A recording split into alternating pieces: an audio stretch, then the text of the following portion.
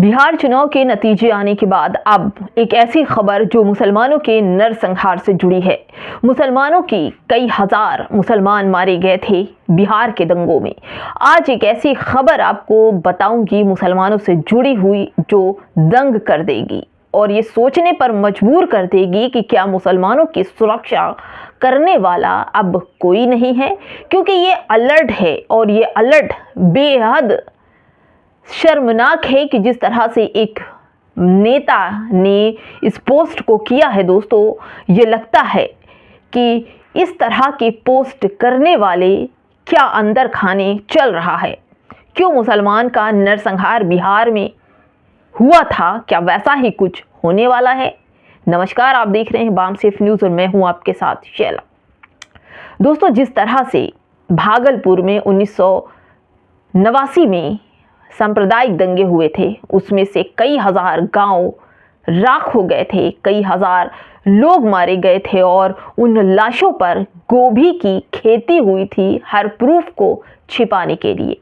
आज वही जब बिहार में चुनाव हुए, उसके बाद नतीजे आए और फिर भाजपा के एक नेता का ऐसा पोस्ट जो हिलाकर अंदर तक रख देता है कि क्या सच में मुसलमानों की सुरक्षा होनी चाहिए या खुद मुसलमानों को अपनी सुरक्षा के लिए कड़े कदम उठाए रहने चाहिए या फिर अलर्ट हो जाना चाहिए।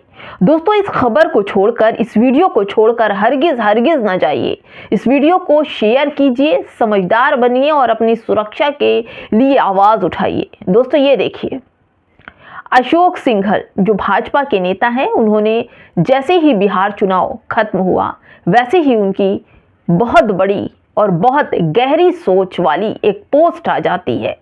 तो ये मान लिया जाए कि इनकी पोस्ट के जरिए मुसलमानों का नरसंहार की याद दिलाता है या फिर कुछ और मामला चल रहा है। दोस्तों देखिए, अशोक सिंघल लिखते हैं कि बिहार अप्रूव गोभी फार्मिंग, यानी कि बिहार में फिर से गोभी की खेती होगी।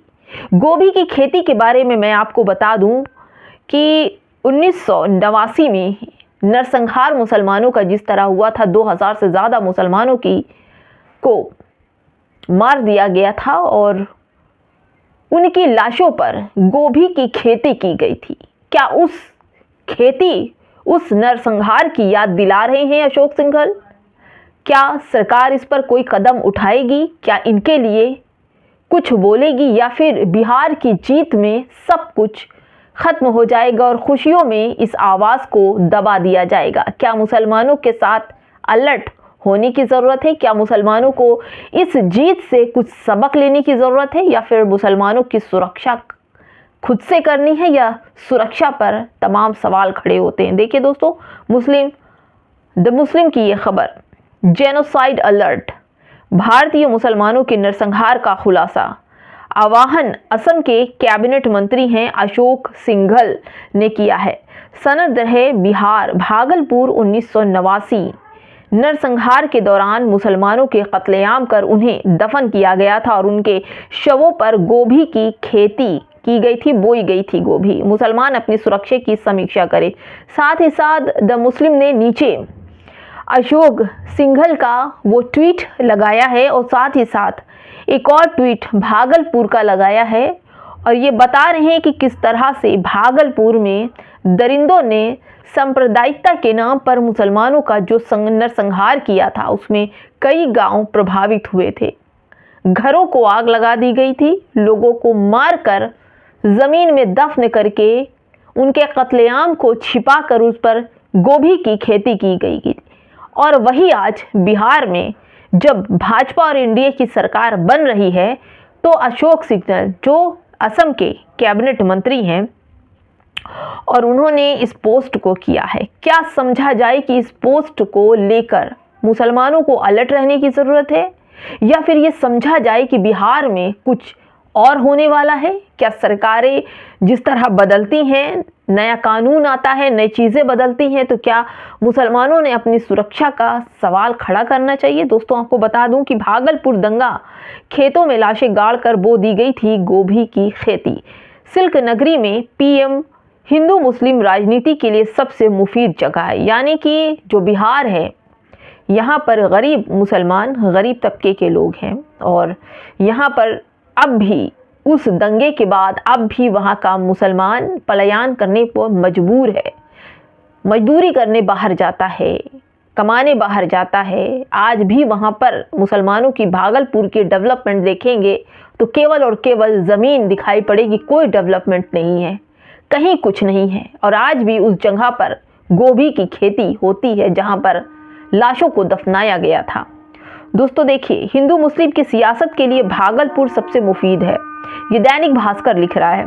भागलपुर में 30 साल से पत्रकारिता कर रहे एक सीनियर जर्नलिस्ट, नाम उन्होंने छिपाने की बात की, उन्होंने कहा सियासत की सिंबलिज्म बड़ी ही चीज़ होती है। भागलपुर बिहार का इकलौता ऐसा जिला है जहां आज़ादी के बाद सबसे बड़ा हिंदू मुस्लिम दंगा हुआ था। ये खुद जर्नलिस्ट हैं और ये बता रहे हैं।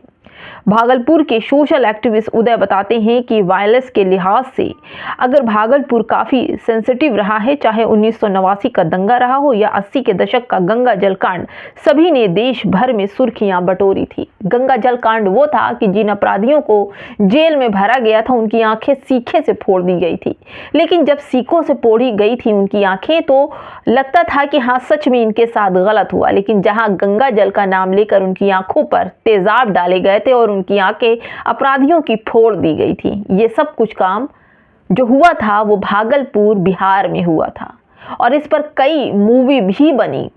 लेकिन आज जिस तरह से अशोक सिंघल ने एक सिंगल दिया है मुसलमानों की सुरक्षा पर, कई बड़े सवाल उठाता है कि बिहार की जीत के बाद इस तरह के पोस्ट आना इस बात की हनक देता है कि एक भाजपा के नेता, असम के कैबिनेट मंत्री इस तरह का पोस्ट कर रहे हैं कि बिहार में गोभी की फार्मिंग होगी, यानी गोभी उगाई जाएगी और वो भी गोभी का ताल्लुक बड़ी ही चर्चा का केंद्र है। अगर आप गूगल पर भी जाएंगे तो भागलपुर और गोभी का ताल्लुक लिखेंगे तो वो आपको दिखा देगा कि आखिर सांप्रदायिक दंगों में क्या कुछ हुआ था और गोभी की खेती क्यों की गई थी।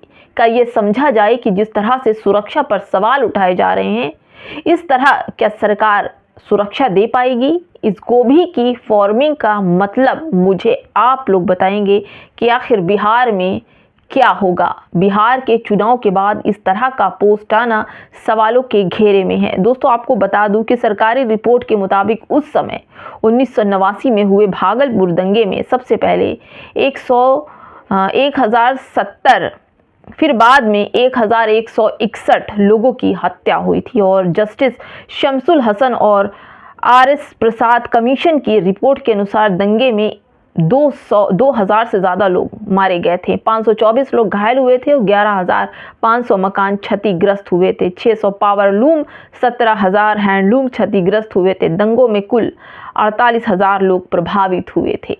ये दंगा उन दिनों का सबसे महत्वपूर्ण था और ये सोचिए कि किस टाइम उस ज़माने में सियासत चमकी रही होगी। और उसके बाद से ही लालू प्रसाद यादव ने हिंदू मुसलमान की राजनीति करके सत्ता में आए थे और मुसलमानों का जो विश्वास था उसी टाइम जीता था। और अब जब फिर से लालू की सरकार नहीं है, नीतीश और NDA की सरकार बनेगी और उसके बाद से अशोक सिंघल कैबिनेट मंत्री असम के भाजपा के नेता, उनका ये ट्वीट बताता है कि किस तरह की मुसलमानों के लिए मानसिकता रखी जा रही है।